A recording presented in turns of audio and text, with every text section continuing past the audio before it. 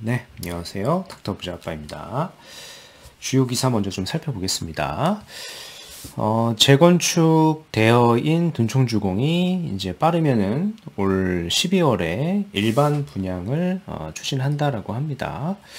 분양가를 좀 예상을 해본다라고 하면은 전용 8사 기준으로 한 12억이 넘지는 않을 것 같아요.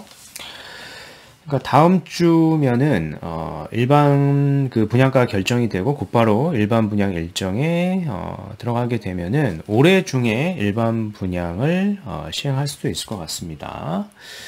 이제 분양가가 이제 12억이 넘지 않으면은 최근에 이제 정부가 발표한 대출 규제 완화안이 있죠. 원래는 이제 9억이 넘으면은 중도금 대출이 안 됐었는데 이게 이제 9억에서 12억으로 이제 상향이 됐죠. 이게 이제 적용이 된다라고 하면은 중도금 대출이 가능하니까 이제 청약을 기다리셨던 많은 실수요자 분들이 청약을 할 거로 좀 예상이 되는 단지 중에 하나입니다.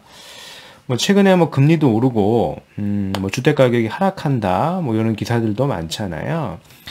그래서 이 청약 경쟁률을 좀 보고 실수요자가 얼마나 심리가 좀 살아있는지를 확인할 수 있는 바로미터라고 좀 생각을 합니다. 참고하면 좋을 것 같고요. 경쟁률이 나오면은 한번 확인해 보시죠.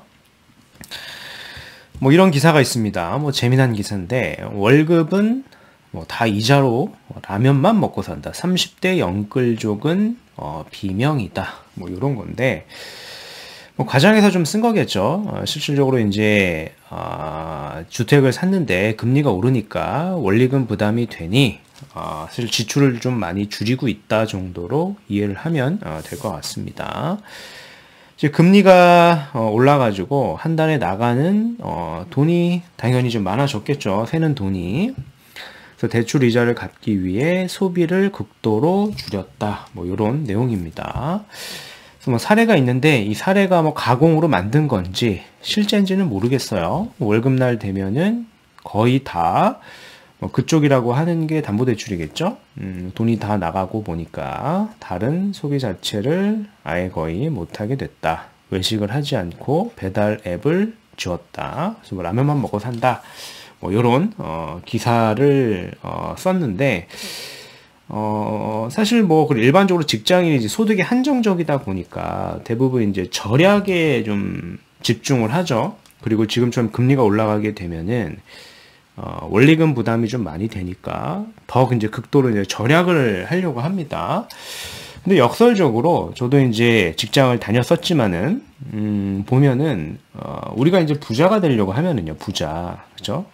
부자가 되려고 하면은, 뭐 절약은 사실 누구나 하는 거잖아요. 절약을 하고 저축을 하는 거는 이제 누구나 하는 겁니다. 그래서 저는 이거보다는 제 경험상 이 소득을 늘리는 그런 뭐 생각 그리고 그런 시행 이런 것들을 좀 우선하시는 게 결과적으로 봤을 때 내가 좀 부자가 되는 어떤 방향성에 좀 더 가깝다라는 거예요. 즉 이제 너무 절약에만 집착해가지고 소비를 막 극도로 줄여서는 사실 내가 뭐 한두 푼 아낀다고 부자가 되는 건 아니거든요. 그래서 지금처럼 뭐 주택 경기가 좋지 않을 때 급여 외에 어떤 소득을 좀 만들어낼 수 있는 그런 아이디어, 그런 생각, 고민을 좀 해보시고 그런 것들을 좀 적극적으로 하나하나 실행해 나가셨으면 좋겠습니다. 이게 뭐 온라인도 있고 오프라인도 있으니까 이런 식으로 좀 고민 한번 해보시는 거를 전 추천드립니다. 네, 뭐 또 다른 기사인데요. 뭐 7억이 떨어졌다. 급급매 나왔다. 뭐 30억 넘었던 잠실 아파트가 뭐 20억이 깨졌다. 뭐 이런 기사인데, 맞습니다. 사실적으로 뭐 잠실이 뭐 27억까지 이렇게 갔다가 특정 단지가 지금은 20억도 깨졌고, 뭐 19억대 매물이 나와 있는데, 정확히 보셔야 되는 건 그거 같아요. 그 19억대 매물도 거래가 안 되고 있느냐. 를 보셔야 되는데 그게 만약에 19억대 매물이 나왔는데도 거래가 안 된다라고 하면은 더 하락을 할 수는 있겠죠. 근데 실질적으로 시장을 좀 제가 모니터링 해보니까 이 19억대 매물을 보려는 실수요자들이 꽤 많아요. 실질적으로 좀 거래도 몇 건 되고 있고요. 그렇다는 얘기는 19억대 이하로 하락하는 게 사실 더 쉽지는 않은 겁니다. 그래서 단순하게 기사만 보는 게 아니라 이 단지에 실질적으로 이제 거래가 되고 있는지 그 가격대에 좀 팩트를 좀 체크를 해볼 필요가 있을 것 같습니다. 특히 이제 15억 초과 대출 규제가 폐지가 됐다 보니까 내년도부터는 뭐 대출이 다 나오잖아요. 그래서 생각보다 내가 뭐 상위급지를 좀 갈아타려고 하는 그런 수요들은 상당수 아직 시장이 살아있다라고 저는 생각을 합니다. 특히 이런 단지 있죠. 가격이 많이 빠졌지만은 펀더멘탈이 있죠. 입지가 너무 좋은 지역들 같은 경우에는 거주하고 투자로 보시기에 저는 충분히 좋다라고 생각을 합니다. 네, 뭐 그런 내용들이에요. 그래서 가격이 많이 빠졌지만은 사실 뭐 펀더멘털이 있는 지역들을 좀 눈여겨 보셔가지고 상위급지 좀 갈아타려는 전략을 취해도 저는 좋다라고 생각을 합니다. 네, 오늘 이제 구독자 사연을 한번 같이 살펴볼 건데요. 안녕하세요, 닥품님. 지방에 거주하고 있는 애청자입니다. 뭐 나이는 60대이고요. 은퇴 후에 연금소득자입니다. 거주주택이 한 채가 있고, 뭐 지방에 이제 거주주택이 한 채가 있는 것 같고요.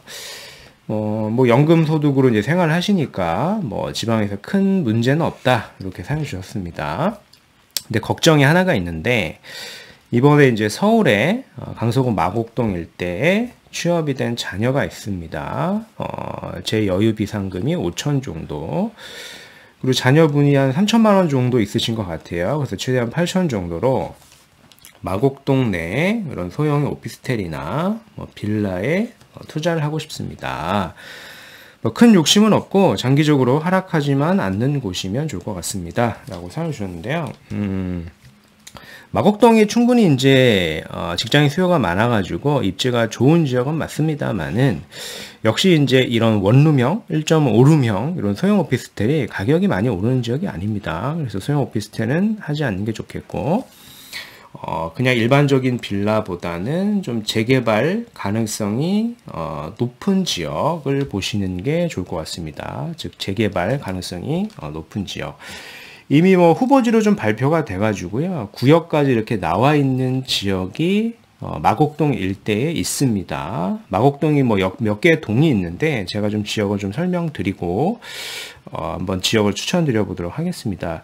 일단 좀 금리가 올라가다 보니까 대출을 많이 받아가지고 뭐 아파트를 이렇게 사는 것보다는 이렇게 소액의 자본으로 대출 부담이 없는 이런 소액 투자는 충분히 괜찮다라고 생각을 합니다. 원래는 이런 빌라도 재개발로 발표가 되면 구역이 이렇게 발표가 되면은 가격이 많이 뛰는 게 정상인데 최근에 뭐 금리가 이게 오르고 있고 주택 시장의 심리가 많이 꺾였다 보니까 가격이 사실 많이 안 올랐습니다. 그렇다는 얘기는 중장기적인 투자로 봤을 때는 오히려 기회가 될 수 있다라고 생각을 합니다. 즉 비싼 가격에 사는 게 아니니까요. 가격이 싸니까 한번 검토를 해 보셔도 충분히 미래 가치가 있는 지역이다라고 생각을 합니다. 네. 일단 마곡동 일대인데요. 마곡동을 보면은 뭐 지방에 계시니까 지역을 잘 모르시잖아요. 이제 마곡동이고 왼쪽이 이제 방화동, 그 아래쪽이 이렇게 공항동입니다. 즉 지역이 이렇게 세 개가 있어요. 첫 번째는 마곡동, 방화동, 그리고 아래가 이제 공항동인데 소액의 자본, 그러니까 뭐 5천에서 한 8천 정도로 소액의 자본으로 좀 재개발의 가능성이 높은 이미 구역으로 발표가 된 지역을 투자하려고 하면은 이 공항동 일대를 좀 보시는 게 좋습니다. 바로 마곡 옆이니까요. 충분히 수요도 많고 입지가 좋은 지역이다라고 볼 수 있겠죠. 네, 이게 10월 21일에 발표된 자료인데 모아타운 대상지를 26곳 이렇게 선정을 했습니다. 그 지역 중에 좀 살펴보면은 강서구 공항동 55-327번지가 있어요. 이 면적도 보면은 면적도 좀 굉장히 넓습니다. 다른 구역에 비교해가지고 보시면은 면적이 넓은 거를 좀 확인할 수가 있겠고요. 좀 보면 여기입니다. 강서구 공항동 55-327이고요. 요 구역 내에 작은 빌라를 매수하시게 되면은 향후에 입주권, 그러니까 아파트 입주권을 받을 수가 있다라는 겁니다. 그래서 뭐 빌라의 시세를 한번 보면은 여기입니다. 요쯤 되는데 한 2억대 정도로 가능해요. 그래서 전세를 끼고 사도 되고, 아니면은 어차피 내가 자녀분이 마곡에서 지금 직장을 다니고 계시니까 뭐 거주하고 투자로 보셔도 충분하다라고 생각을 합니다. 그래서 주변의 단지의 시세를 한번 보면은 여기가 마곡 13단지가 있어요. 이 단지의 시세가 작은 평형이죠. 보통 24평도 10억이 넘는다. 그렇다는 얘기는 이 위쪽에 제가 말씀드린 공항동 일대의 빌라도 구역이 지정이 되고, 재개발이 진행이 되면은 뭐 추가 부담금을 고려한다라고 하더라도 최소 5억 이상의 차익이 가능한 투자입니다. 예를 들어서 내가 실투자금이 한 5천 정도 들어갔는데 중장기적으로 보면은 5억 이상도 마진이 생길 수 있는 그런 지역이다라고 좀 계산을 해 보시고 뭐 이런 식으로 이제 검토를 하시는 게 더 좋을 것 같습니다. 소형의 오피스텔이나 일반적인 개발이 안 되는 빌라를 선택하시는 것보다는 당연히 1순위로 검토를 하셔야 된다라고 정리를 해드리겠습니다. 네. 그래서 오늘 말씀드린 내용을 좀 요약을 해본다라고 하면은 둔촌주공이 12월 일반 분양을 추진 앞두고 있습니다. 전용 8사 기준으로 분양가가 12억 이하니까 이번에 이제 대출 규제 완화안이 발표가 됐죠. 중도금 대출이 가능할 것 같습니다. 금리 인상기죠. 금리가 계속 오르고 있으니까 담보대출을 많이 받으셨던 분들, 특히 변동금리를 받으셨던 분들이 월급은 다 이자로 간다. 그래서 소비를 이렇게 극도로 줄이고 있는데, 제 경험에 의하면은 단순 절약보다는 이 급여 외 소득을 만드는 고민하고요. 이런 실행, 이런 것들을 하는 게 결국엔 내가 부자, 자산가가 되는 거예요. 소득을 만들어내는 고민을 하기에 좋은 시기라고 생각을 합니다. 그래서 잠실 7억 하락 기사가 있는데, 실제로 팩트를 좀 체크해 보면은 7억이 하락한 건 맞는데요. 그래서 최근에 나온 이런 매물 가격대가 거래가 안 되고 있다라고 하면은 더 하락을 하겠지만은 19억대 매물 금매들이 실제로 좀 실거래가 되고 있고 소진 중에 있다라고 체크가 됩니다. 요게 요 영향도 있는 것 같습니다. 15억 초과 대출 규제 폐지가 됐으니까 이렇게 입지가 좋은 지역들은 거주하고 투자에 실수요가 일부 있다라고 보실 수가 있을 것 같습니다.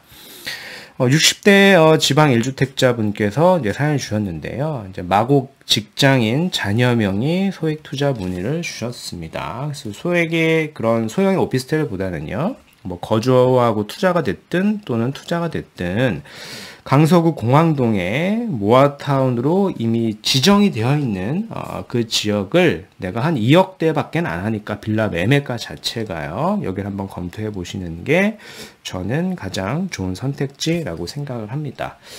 네, 오늘 말씀드린 내용은 여기까지이고요. 제 영상이 좀 도움이 되셨으면 구독하기, 좋아요, 알림 설정 부탁드리겠습니다. 이상 닥터 부자였습니다. 감사합니다.